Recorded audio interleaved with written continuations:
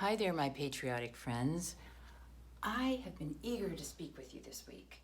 I have so many thoughts, and I'm feeling a clarity now and a sense of freedom and inner strength.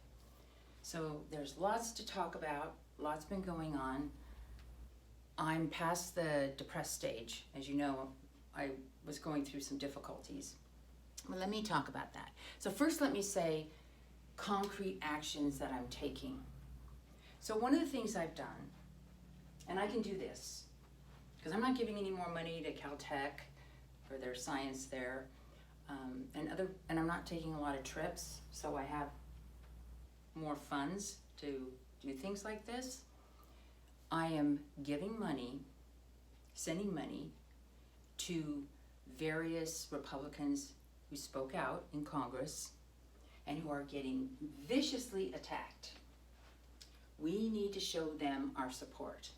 I encourage all of you to do this. It's very easy to do it online. Certainly you don't have to give a lot.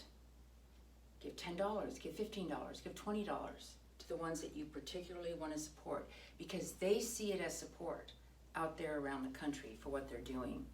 And they need that now. They need that more than ever. I can give a little bit more. So I've given money to Marjorie Greene in Georgia. I mean, I looked her up, and she's called a conspiracy theorist on Wikipedia. But I heard her speak, and she is fabulous. And she's all fired up. She says she's getting support all around the country. I gave money to Matt Gaetz. I'm a little concerned about his views on climate change, but maybe he'll change. But he spoke so strongly and eloquently that I felt he needs money now. He needs to know that he has support for what he's doing around the country. I also just this morning sent some money to Madison Cawthorn in North Carolina. He's the young man who's I think possibly the youngest person in Congress, but he's in a wheelchair. And he said fighting words, and so they're attacking him mercilessly for this. And that's got to be a hard way to enter Congress. But he needs to know he has support. So remember, if you send money, any amount of money, or you get on his mailing list, his newsletter, any of that is good. If you can do that, please take the time to do it. And I also gave money to Senator Josh Hawley. Again, he was totally attacked, but I like what he's trying to do with big tech. I like his voice is getting stronger and stronger. So being a senator, I sent more money to him. So those are the four I sent money to this week. And if somebody comes under attack, I'll do it. And I might send lesser amounts to other new people who are MAGA people, you might call them. But anyway, that's something I can do. And I'm not sending any money to any Republican Party right now. The reason is, and like I got a message from the National Republican Party, and I said, no, I'm sending money to individual Republicans, because any of these people who did not support President Trump, I want nothing to do with. And the 10 Republicans who voted to impeach our president, one of them I had given, he was a Californian, David Valadao. I'll never give money to him. In fact, I got a letter from him, and I thought it was like another fundraising or thank you letter. But clearly now it was explaining his vote against our president.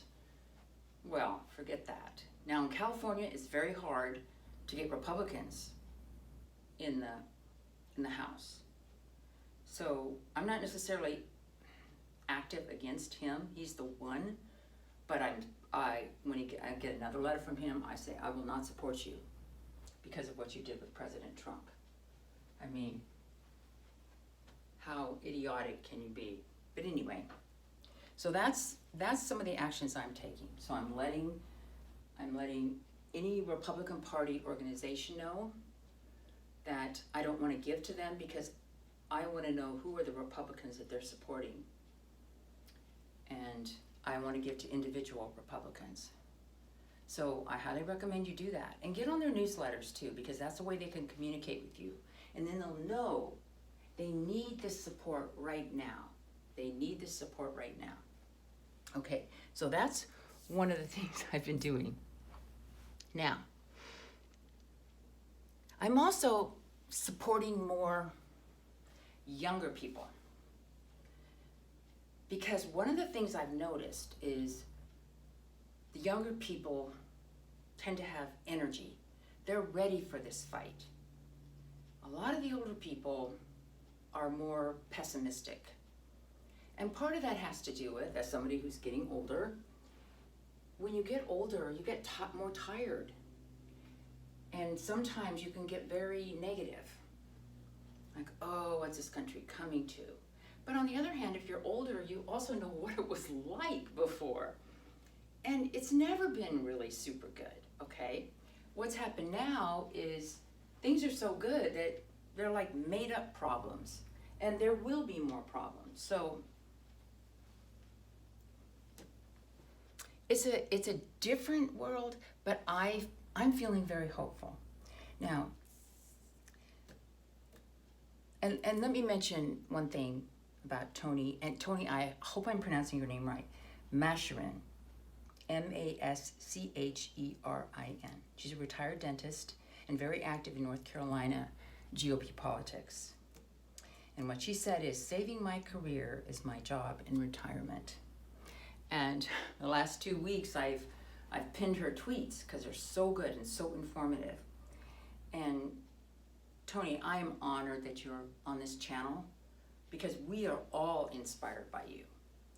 And I know not all of us can do the kinds of things that you do, but when we can, let's try to inspire each other. That's what we're here for.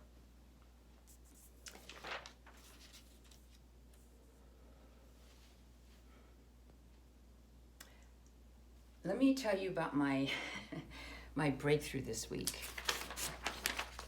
I'm turning over the papers I've already talked to. I have so many thoughts, so I have more papers than usual. I've been jotting them down, and I hope this comes out in some kind of coherent form that reflects the clarity I feel. Okay? Now, it started with Spectrum. As you recall, last week I talked about the fact that I was going to get Spectrum Upgrade, which is a cable company, I guess, and I was going to get really high upload speeds. So I was pretty excited. The guy was coming over on Sunday. Well, kind of probably a mistake to schedule it on Sunday because they had someone come by from a subcontractor. And I don't know what it was, but the vibes were bad. You know, I have at my front door, I have a little Trump sign. Now, I have to admit, I was starting to feel a little paranoid about that because of all this negativity, Trump supporters being attacked, and this and that. So I don't know if I imagined it, but he also had he had a mask on, and it was one of those very thick masks. And he was an older guy, a black guy. Not that that mattered. I mean, I have workers all the time, of all races and whatever. That I don't care about that. But this guy was not good. First of all, I was a little put off that he didn't have a Spectrum truck. He had he was a subcontractor. And that's probably why they had him come on Sunday. But he came in with an attitude. Now, in looking at my own actions, maybe I also had an attitude. I have to admit that. I have to say, wait a minute, because he wasn't good at what he did. He wasn't good at what he did. And I kind of let him know. I said, what are you talking about? He's talking about drilling holes. And I said, I already have existing holes. I took them all over the house, showed him all the holes that we could use. And at one point he was trying, I said, okay, so what is it I need to do? You know, because he said, you got to get a cable. I can't go on the roof, and I have a flat roof. I mean, it was just, nothing he said made sense to me. So when I was talking to him, I was like, you know, I'm sorry, I can't understand you. Can you just kind of move your mask? No. And he looked kind of wild-eyed, like he was terrified of me. So here's what I'm thinking happened. He is one of these people who's totally afraid. He was an older guy, and also he was just breathing heavily, like not young and in good health. So the mask just made it worse. And I think he saw the Trump sign. And you know, some people think Trump is a total racist, and all of his supporters are racist. So I don't know, I'm speculating. I don't know how he got off to a bad start. I mean, I wanted a real Spectrum guy that knew what he was doing, not this subcontractor they hired. But anyway, so somehow I got on his phone and I was talking to the woman. I said, can I just get a real Spectrum guy? I don't understand what he wants me to do and whatever. And he just, I heard him say, you know, you need to wear a mask. I said, whatever. And so they scheduled me for Thursday. I said, I really want somebody with a Spectrum truck. You know, I've seen the Spectrum trucks, I've talked to the techs. But here's what I think he did. Because I said, I just didn't get a sense of confidence from him. Like he knew what he was doing. I think he said I was racist. I treated him in a racist manner. This is what I'm guessing. Because I made the appointment with Spectrum and they never showed up. So that was just like, I'm getting a little paranoid, okay? Like, somebody complained that I was racist, so they just like are not doing business with me. I don't know what it is. It was, so something about that gave me a breakthrough. First I thought, well, you know what? I can deal with that, not having Spectrum. But then I thought about my friend Kathy. She lives in the Palisades, very close to here. Wonderful, wonderful woman. And she has Spectrum. Now, when I get my upload, it was tested at about 800, 900 kilobits per second upload. And I had the Frontier Communications people came by and they improved the speed somewhat. So last week's video uploaded in 6 hours, which was better than it had been in, because it was a long video last week. But Kathy gets over 8 megabits per second upload, because she did that, you know, test my, whatever it's called, test my net, test, anyway, I forgot what it was, but it's on my refrigerator if I want to use it. But anyway, she has much better. So I'm gonna go over there. She gave me a key to her place, she's gone. And I know how to log on to her system, and I'm gonna upload there. So if that works okay, I'll just go over her place every Saturday night. It's not very far from here, and I'll do it. But I decided not to worry about Spectrum, because something's happened to me. It's like, I'm not taking down that sign of support for Trump. I'm not gonna do that, okay? If some people don't like me because of that, I don't care. If I lose some business because of that, I don't care. It was a wonderful freeing, and now this solution. I mean, Kathy's got a beautiful apartment and beautiful place. I actually never been there. I've known her since the late 80s. I thought, I've never actually been to your place. So it's taking our friendship to a new level. So it actually turned out very good. But I refuse to be cowed, okay? I refuse. And I also decided I am not wearing a mask in my own home, period. This is my haven. I'm not wearing a mask. You can't come in here and do that to me.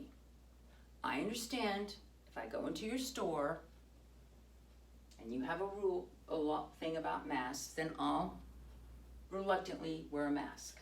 Okay, that's my choice. But you're not gonna come into my house and tell me I have to wear a mask.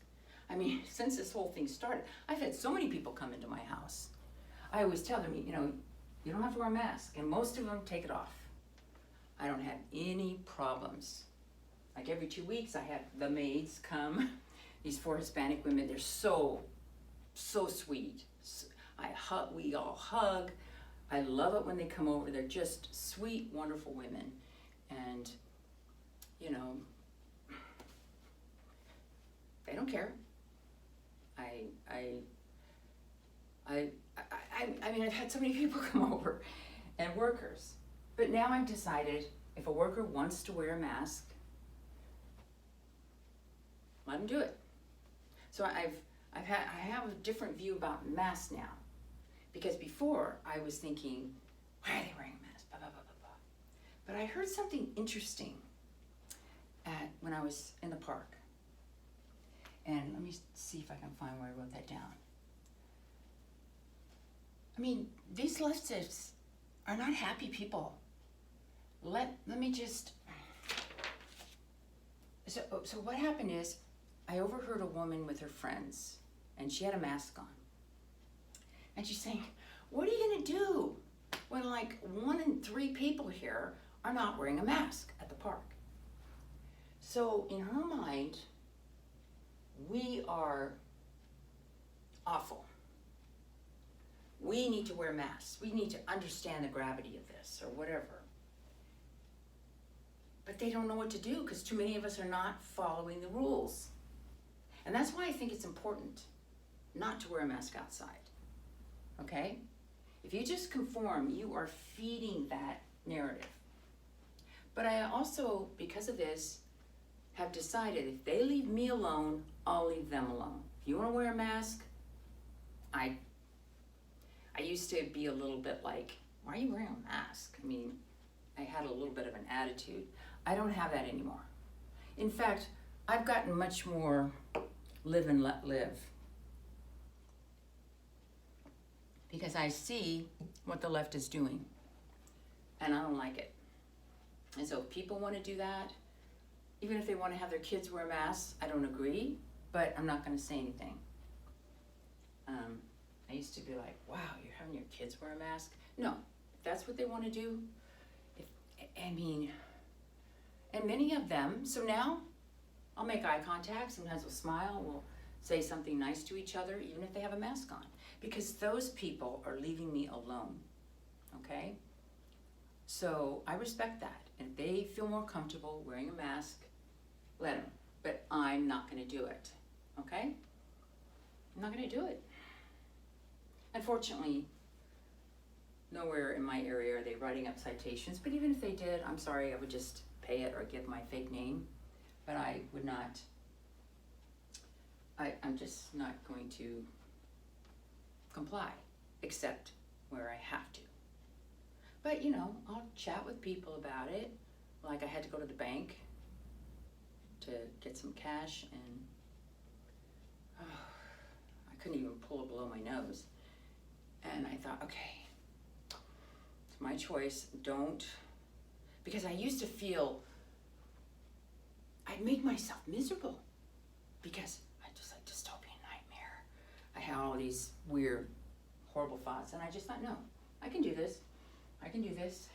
But then when I actually sat down and talked with this one manager, because they had fixed my name on something, and he was telling me he's gonna get married, and so I kind of got in a chat with him about the masks and how it's kind of sad wearing a mask, and I don't think he'd ever heard that view, but he was kind of interested. So I'm not saying we're gonna change anybody one by one, but I just put it out there. And it was actually a nice interaction. But one of the things I've been thinking about in all of this, like even the spectrum experience. So I've had many, many technicians come to my house. This man was not good at what he did. He was not good. So how are they gonna get rid of somebody with all this institutional racism stuff? How are they gonna get rid of people who don't perform if they're in a particular class? How are they gonna do that? Because you can't really judge people on the merits of how good they are at their job. That's going to affect a lot of companies that have adopted a lot of this, whether it be corporations, whether it be, you know, if you adhere to that across the board, then you're going to have a lot of people who are not good at what they do, and you're going to suffer at some point if they're spending time thinking about these things, so nothing ever stays the same. Nothing ever stays the same.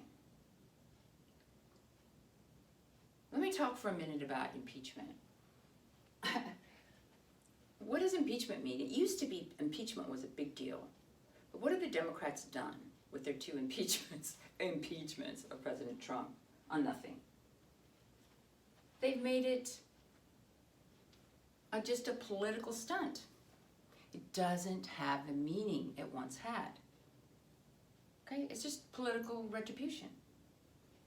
If you have a majority of Republicans Democrats in the House, you can vote to impeach somebody. That's all it means.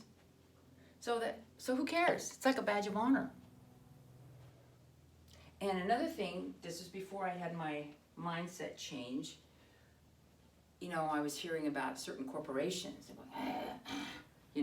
who said that they're not going to give money to Republicans who spoke out against the election fraud, or who spoke out that they wanted to have a delay, on January 6th.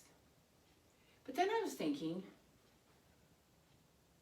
why are people in Congress getting so much money from these corporations? No wonder Congress can't get anything done. I mean, seriously, they're giving money to both.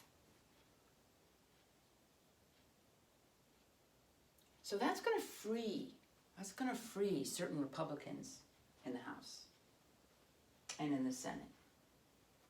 So that's why it's imperative that we show our support.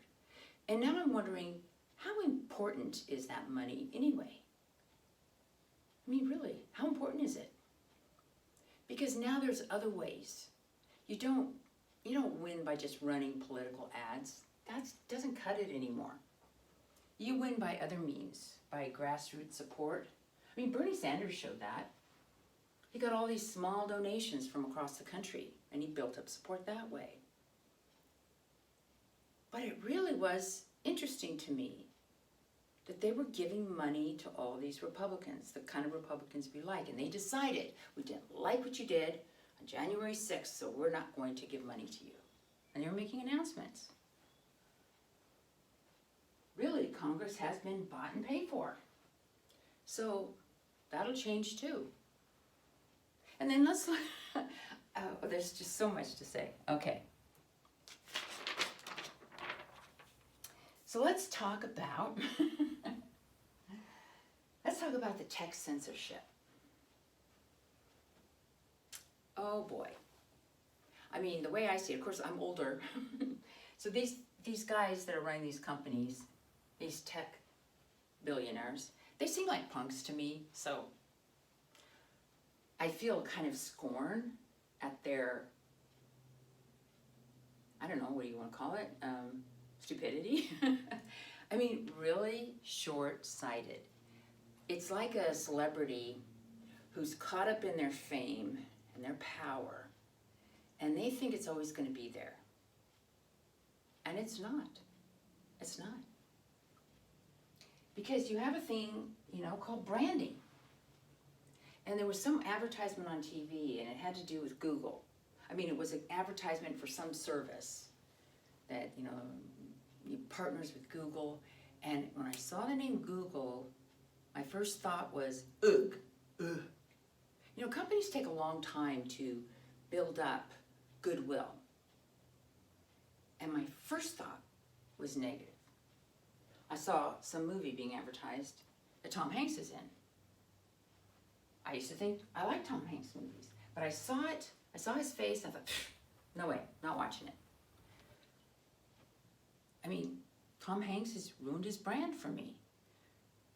I mean, he's in his little bubble, and he thinks that, okay, this is what all, but they're hurting their brand with half the people in the United States.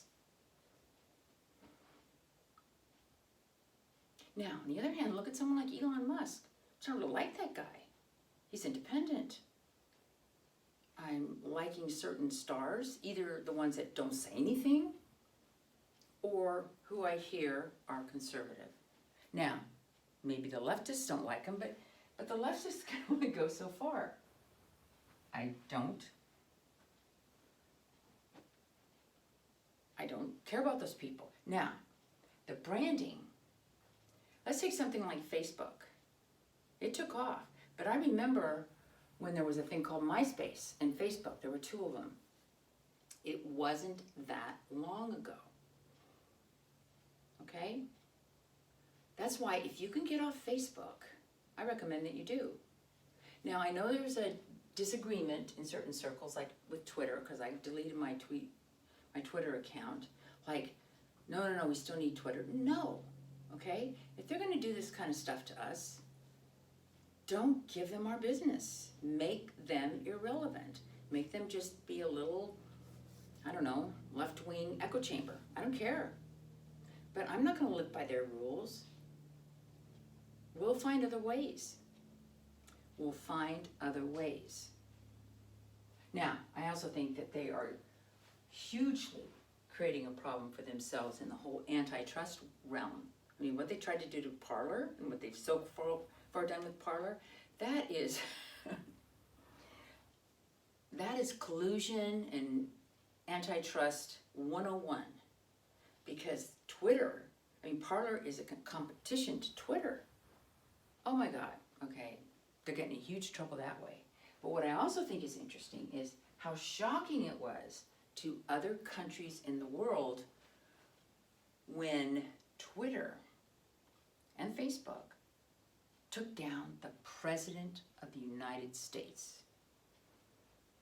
So thus far, I've heard Mexico, India, Germany, and France. They're putting restrictions on Twitter. They're upset about Twitter and probably Facebook too. So that's a kind of growing movement. Remember, when anything happens, it takes a while. It doesn't happen immediately. The backlash grows. Now, when I was a feminist, in the 70s, a young, activist trying to get the Equal Rights Amendment passed. Okay, in the 70s, there were all these changes, all these things, and I'm sure conservatives were very upset about what was happening. But what happened?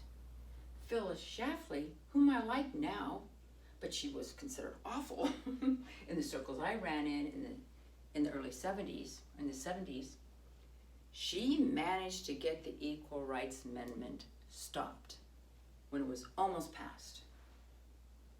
And also, you had a whole new conservative movement building after the years of Gerald Ford, who was a weak Republican, and then Jimmy Carter. And who did we get after that? Ronald Reagan. And then I distinctly remember to be called a liberal was, nobody wanted to call themselves a liberal. I think that's why I got changed to progressive. It was like not cool. It was not cool to be a liberal. So there's always a backlash. So they're trying all these heavy-handed techniques. It's not going to work. It's not going to work. Okay? Now, I encourage everybody. Now, it's going to be harder for some people. I am in a very good situation. There's nothing they can do to me. I'm serious. There's nothing they can do to me that's of real import. So I can afford to be as brave as I want. There's other people who are afraid of losing their jobs.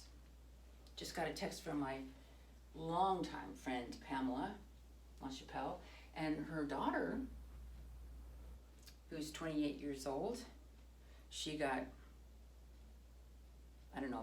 put down by Facebook, taken off Facebook, and apparently because she was supporting the recall effort against Gavin Newsom. But Pamela told me, I don't know the details, that she may lose her job because of her outspokenness. Now that's harder when you're younger. So each person has to weigh this themselves. But I'd also think, would I really want to work in an industry, work in a place where I cannot be who I am? I mean, there's got to be jobs where that's not an issue. There's got to be. Where your political affiliation is not important. And maybe that means if you're in Silicon Valley, you move out of Silicon Valley. You go somewhere else. But don't be a slave. Don't be a slave. Never give away your internal power.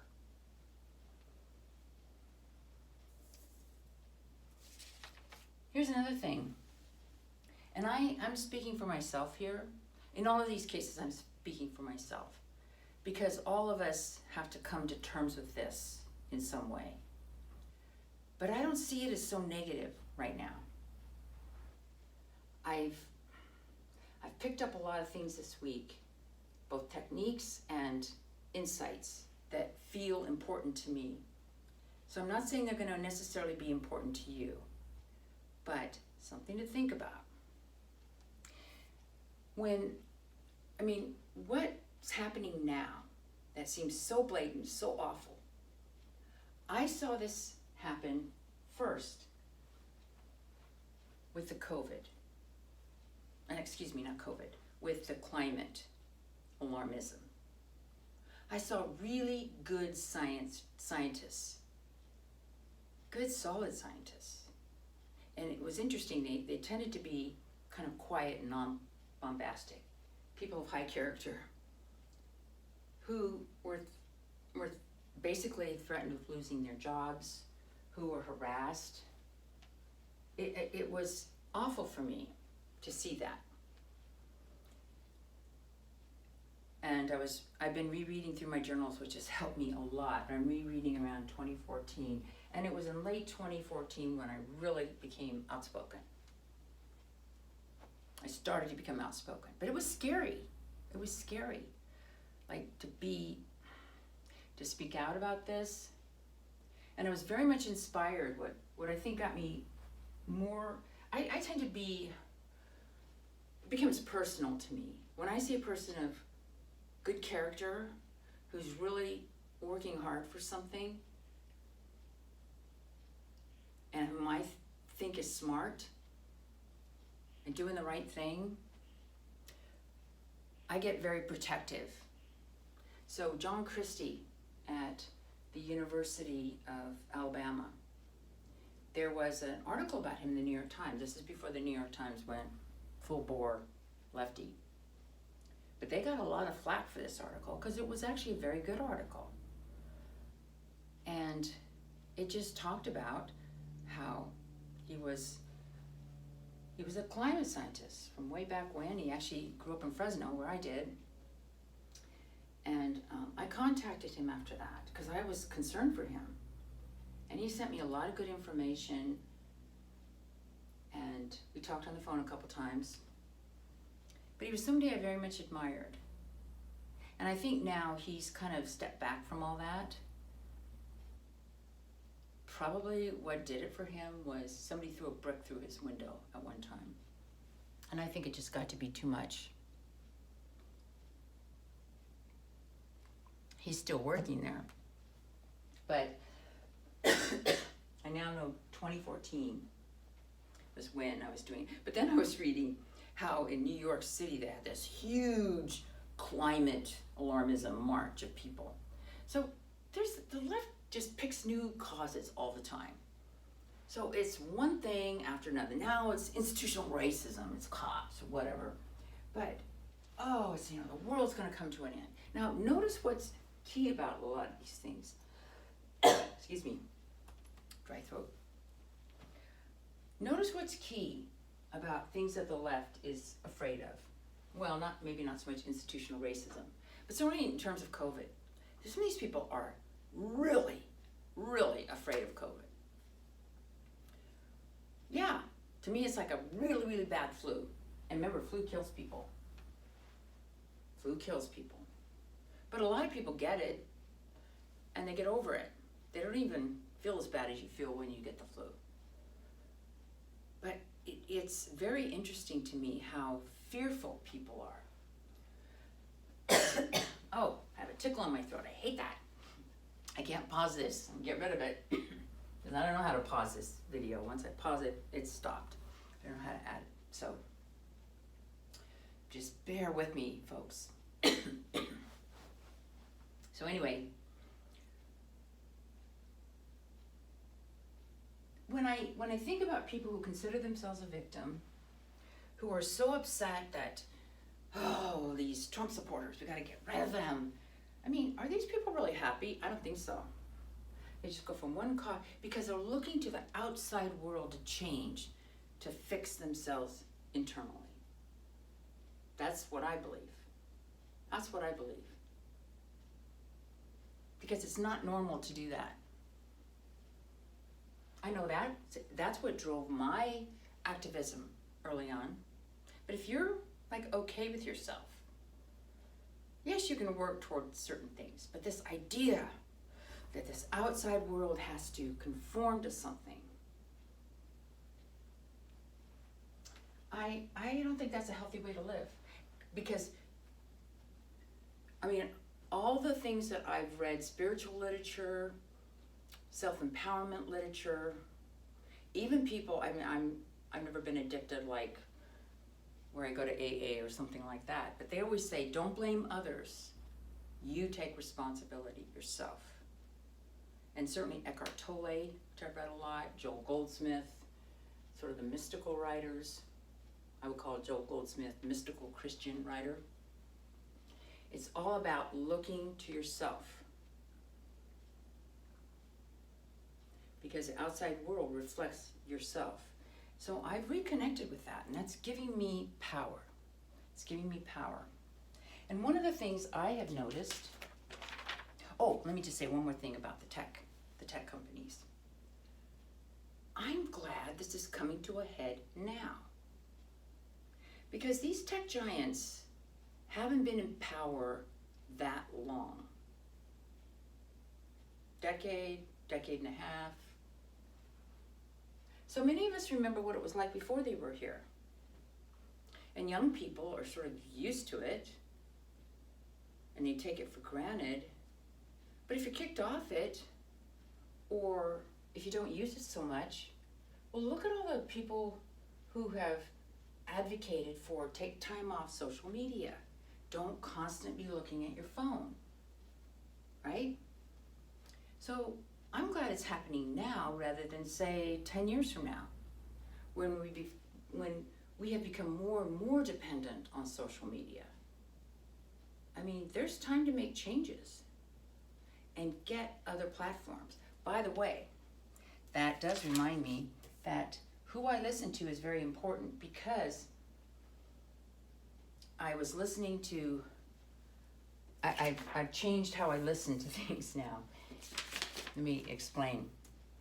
So I was listening to Greg Kelly interview, first of all, I heard him interview Representative Marjorie Taylor Greene, the one from Georgia, the one that wants to introduce articles of impeachment for president when he becomes president. What do I call him? I'll call him Mr. Biden, okay? Because somebody had said, why do they call him Mr. Trump when he's President Trump?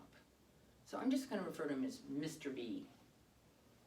Because he's not the real president. He's just a front for something. And he didn't really win. So he's Mr. B to me. But anyway, Greg Kelly, he's pretty good.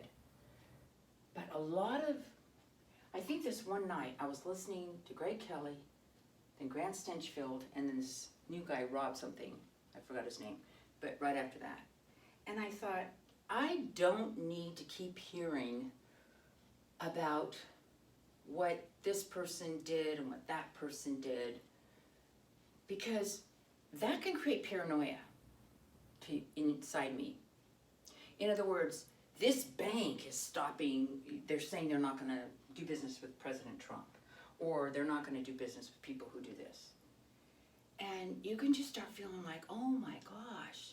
Or some idiotic Democrat says, well, Josh Hawley and Ted Cruz, we should put them on the no-fly list for airplanes. Well, if you start thinking about that can make you scared and paranoid. I decided not to do that. I know they're crazy. I know they're nuts. But this is a big country, okay? There will be bad experiences, people who lose their job, people who do this. And I'm going to support them in every way that I can. I'm going to encourage them in every way they can. But what I call that is taking the specific, one incident, and generalizing to everything.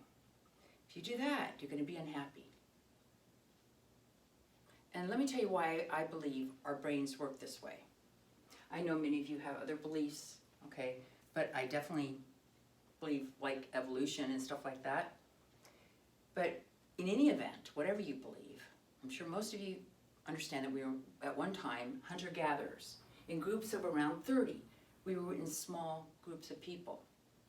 So it made sense if one person in your group got eaten by a lion, that everybody in the group be scared of lions after that and be very, very careful. Or if one person ate from that bush and suddenly got sick and died, well, that bush is probably poisonous. Stay away from it. So our brains are wired to take the specific and generalize. I mean, we had to, but now we're awash in information from all over the world. And if you don't recognize that the human brain does this, you can make yourself very, very unhappy.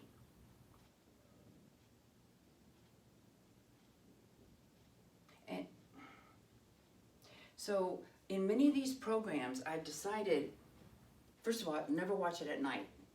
Because I used to kind of watch it in the evening when I'm doing some of my chores.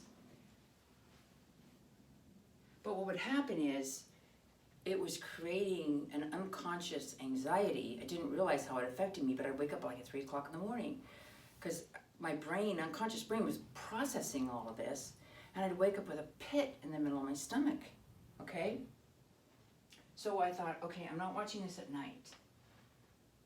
And then I thought, I'm not watching this stuff in the morning too, because it would kind of ruin my day. I'm doing things that are more inspirational in the morning. Okay? Because I'm decided I'm not letting them take away my internal power. They're not going to demoralize me. Okay? I'm not giving them that power. Okay? I'm not, and also I don't like listening to defending ourselves against these accusations. These accusations are crazy. Okay? So I'm listening to other people and I'm monitoring my body. How do I feel? Am I inspired? Am I feeling stronger after listening to people? And there are some people, let me tell you who I have really liked.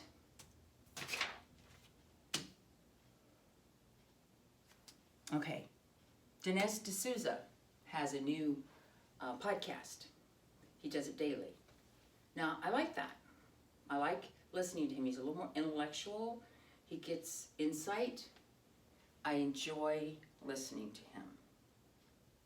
And there was one, I think it was podcast number 3 maybe, that I really liked. He said one of the things, he said, how does President Trump stay so strong? Why does this not get to him? Now, what did President Trump say with the second impeachment? He just said, this is so ridiculous, okay? So you use ridicule. You use ridicule against these kinds of things. Laugh at it. Don't defend it like, he didn't really do anything bad. He didn't really do anything bad compared to what you guys did. No, I don't even want to go there, okay? It's like, seriously? What are you talking about? I mean, I'm using ridicule. And we'll talk more about that in a minute. Here's another one I like. I like Crossroads with Joshua Phillips. Because I guess I like the low-key people, but who are strong. And he told this one story, and I found it so inspiring, about some political prisoner somewhere who said it was glorious when he was a political prisoner. Because whoever this political prisoner was, and I don't even know who the person was, and hopefully he'll interview him at some point, but just telling me this story inspired me. He was strong inside, Didn't matter what they did to him externally. And I was really inspired by that. When I was going through and reading all this sort of enlightenment literature, I remember reading about this one guy who got his enlightenment, if you will, when he was in a really bad situation in a prison. He wasn't a political prisoner. I think it was for drugs or something. But it was very scary. They were killing people at the prison. Other prisoners. It was very rough. And he said the fear was so intense that suddenly something broke through. And suddenly he was not afraid anymore. And interesting, when that happened, then things started happening where he got out. If you're afraid, you cannot even come up with solutions. How did I come up with that solution to just talk to my friend Kathy about Spectrum? That's such a simple, perfect solution. But if you're afraid, oh my God, they're out to get me. Spectrum won't even do business with me. Oh my God, I should take the sign down. No, I refuse to do that. I refuse to let them control me. So here's another one. Of course, Steve Bannon's War Room. That's been taken off YouTube, but you can download the app. And also, if they for some reason ever take the app down or make it hard to use, there are many other ways you can access. So one of the things I'm doing, because I watch a lot of YouTube videos, if I like somebody, they have information below their video. And most all of them talk about how you can access them from some other means. So what you do is, I take a screenshot of that information. So I have the information on how to access these people. And at some point, I'll go on to another platform as well as a backup platform. But for right now, I haven't. Usually YouTube gives you like 3 warnings. What are they going to give me a warning for? These are pretty anodyne. They're more, I keep my titles very bland. I don't say anything controversial, but if that happens, it happens. And you'll find a way to find me. If I start getting warnings or starts looking bad, then I will definitely go on Rumble and others. But right now, this is where I am. And one of you suggested, that all my videos, to put them somewhere else. And I may do that. But I also realized this was kind of interesting to me. I have really changed. It actually does not seem as important to me that the record of what I've said stays there. Doesn't seem that important. If there's something that you really like that I've said, you can download it as in your memory. Download it in on your system. Every once in a while, if there's a really, really good video somebody's done, I do that. But, I don't want to take up all my memory space on my device. But I used to think that was so important, that I have this record out there. But I don't. So what? If it disappears, if at the end of my life, I'm gone. It's really interesting. I used to think that was so important. But what really counts is right now. New people will come along. New problems will emerge. All these famous people who were once famous, they all grow old and die. I have a couple decades. Hopefully more than a couple. But I don't have that much time. So I want to inspire you now. Okay? So I have this little thing that was up on my wall or whatever. And this was from A New Earth, Eckhart Tolle's book. But he said, ego's very nature compels it to ignore, resist, or devalue the now. The present moment is seen only as a means to an end. It gets you to some future moment that is considered more important. What is this future moment? What do I think I will have that I don't have now.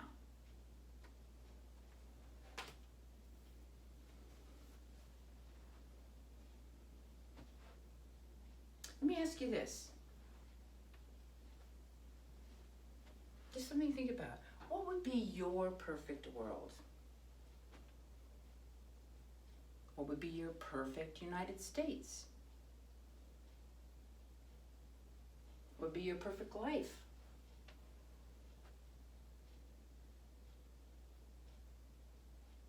I'm not saying we don't have problems, but you know what? I was talking about this.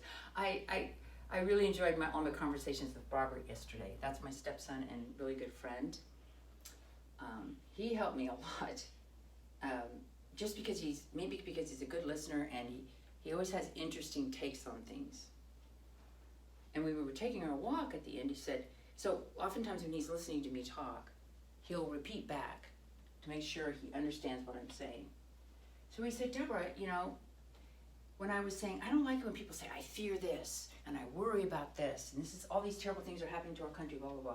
And he says, well, it sounds like you don't want them to have a victim mentality. And I thought, oh my gosh, yes. To me, that was brilliant, a brilliant insight. Thank you, Robert, okay? Because that's what I'm against, okay? On the left, they're all about being a victim. Well, don't let us be a victim either. We're not a victim.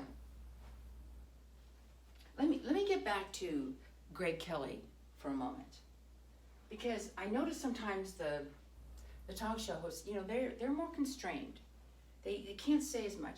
But when he was talking to Marjorie, and when he was talking then to Brandon Strauch was like, okay, Facebook took down our walkaway videos and this and that, but we're gonna find another way. He was fired up, okay? It wasn't like, oh, they took it away. No, I think when it first happened, you're always reeling it, the first part, okay? That's to be expected. You gotta come to terms with it. But he's young. No, we're gonna find other ways, okay? These tech giants have made a big, big mistake, okay? They're gonna lose business. We're gonna find other ways. Fortunately, I'm healthy, so I have a fighting spirit still. But for those of you who are wallowing in your fear for the future, what is this future that you think will happen, okay? Like, let's say we're not indoctrinating kids at schools. We have good schools. We have this. We have that. But, it's never been perfect here in the United States. Never, never, never. I've also been watching movies or things where I feel inspired. So even I was watching the Bee Gees. I guess it was on HBO or something, and I watched it before. But I really like Barry Gibb, the oldest brother. He just seemed like a really, not to mention that they were hugely talented, but a really good person. And, he honestly spoke and said, I miss my brothers. I would even give up all the things we accomplished if I could have them back. Because all three of his brothers have passed on, and he was very close to them. But, they somehow got tied up with the disco era. Now, the disco era, I loved it because it was about fitness, it was about dancing. I liked it. But I didn't realize how hateful. There was a anti-disco movement by basically some overweight men, young men, who were kind of hateful. And it was like, it wasn't just that, trends come and trends go, so move on to another one. Okay, we're not doing disco anymore. But they were like, ew, you're disco, we hate you. They suffered from that. So instead, they just started writing music for others. They became songwriters because they were like bad news. This was after huge, huge hits, just attacked relentlessly. I thought, it's like being a Trump supporter. Wow. There's just a lot of people who are hateful out there, okay? But you adapt, you move on. But you never become that way. I refuse to become that way. But you're not going to cow me, okay? But in talking with Robert, I realized, like Robert says interesting things. He said, one of the reasons these COVID things he doesn't really like to go to big groups and big family affairs. So he wasn't really bothered that he didn't have to do it. And I thought, there's a lot of things I'm not doing now because of all these so-called restrictions, but I don't really want to do. I was getting tired of those trips that I was taking all over the world. Because I don't like following somebody else's schedule. And I've pretty much been everywhere. I don't really like that. I don't really like, I was feeling more and more alienated about Caltech. Because there's definitely, there was some stuff that was really good, no question.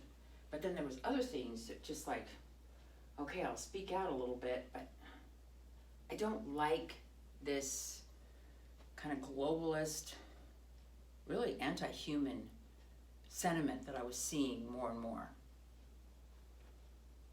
Like, the worst thing in the world is population and climate change and stuff. I'm not saying all the people at Caltech were that way, but I actually wasn't enjoying it as much. And then I thought, I had a big worry, like, oh my gosh, there's some things that happen on Saturdays, but I want to do my videos on Saturdays. Well, magically that went away. So I actually have my perfect life right now.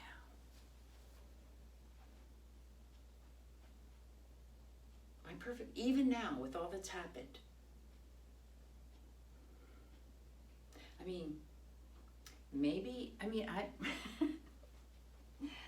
I'm just not, yes, this stuff happens. Oh, by the way, on the BG show, they were talking about staying alive, and they were showing New York in the 70s. Oh my God, I remembered that. Just junk. How do you stay alive in New York? You had serial killers, you had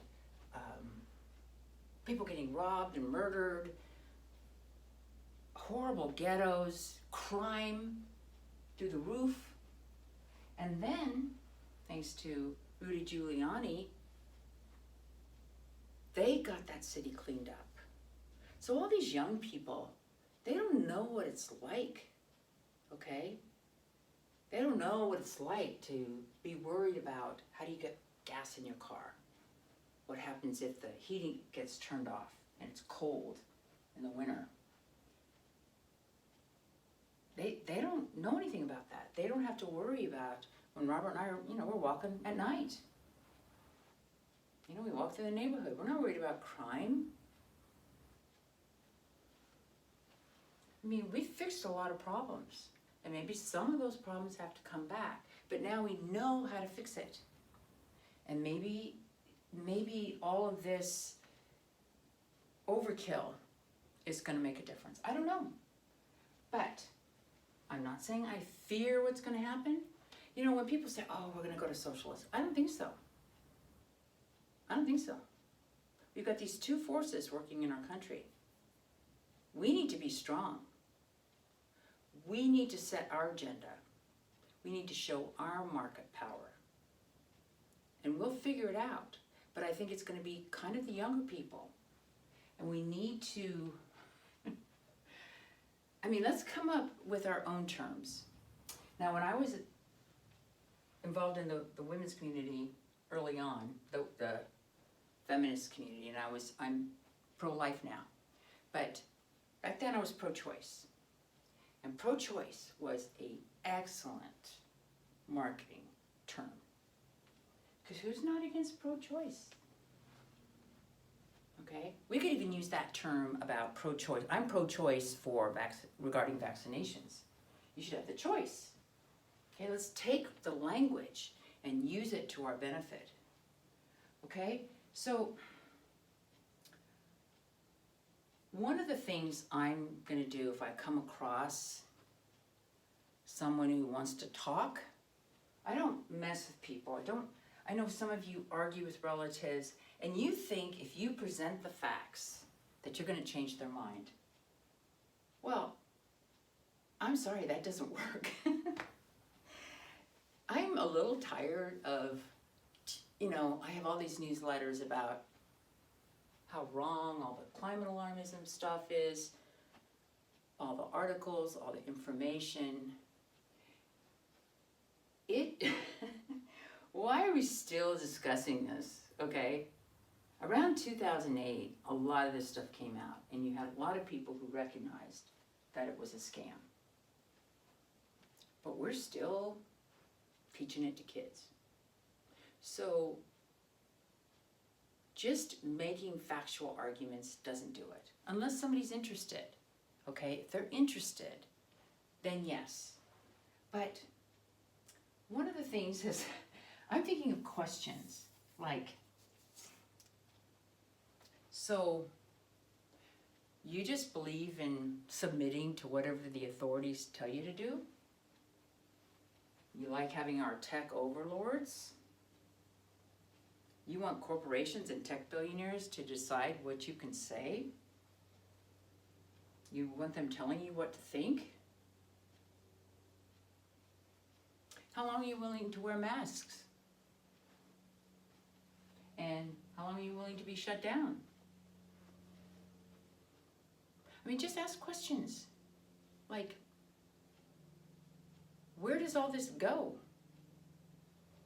When will you know? Now, I mentioned last week about what's the end game. That's a perfect one for institutional racism. How will you know when institutional racism has been solved? Because a lot of these problems on the left are things that they're fighting for, supposedly. How do you know when it's solved? I mean, Martin Luther King was perfect on that. When you're judged by the content of your character and not on the color of your skin. Well, we got there. I mean, that's what I do. I mean, I'm looking at a person. I'm not, it's like I might notice that they're black, but I notice that they're black in the same way I notice that they're tall or short or whatever, fit, not fit. Or they have a nice smile or not, whether they have good posture, which is a big thing for me. But all I'm saying is that they don't really have an answer for that. Does that mean that you're supposed to have special privileges for people of color? Wow. That's no solution. That's going to hurt them. So I liked what Dinesh D'Souza said, which is just have laughter and ridicule. And let's think of terms. Think of questions to ask, like, really? Now, because I'm so fit and I'm older, I'm going to be 67 this month, when I'm out in the park and I'm not wearing a mask, I go, look, I didn't get to where I am today in my health if I just follow what the authorities tell me, okay? I know how to take care of my health. And they can't argue with that, okay? Because who's ever arguing with me is not in the shape I'm in, okay? So I have a advantage there.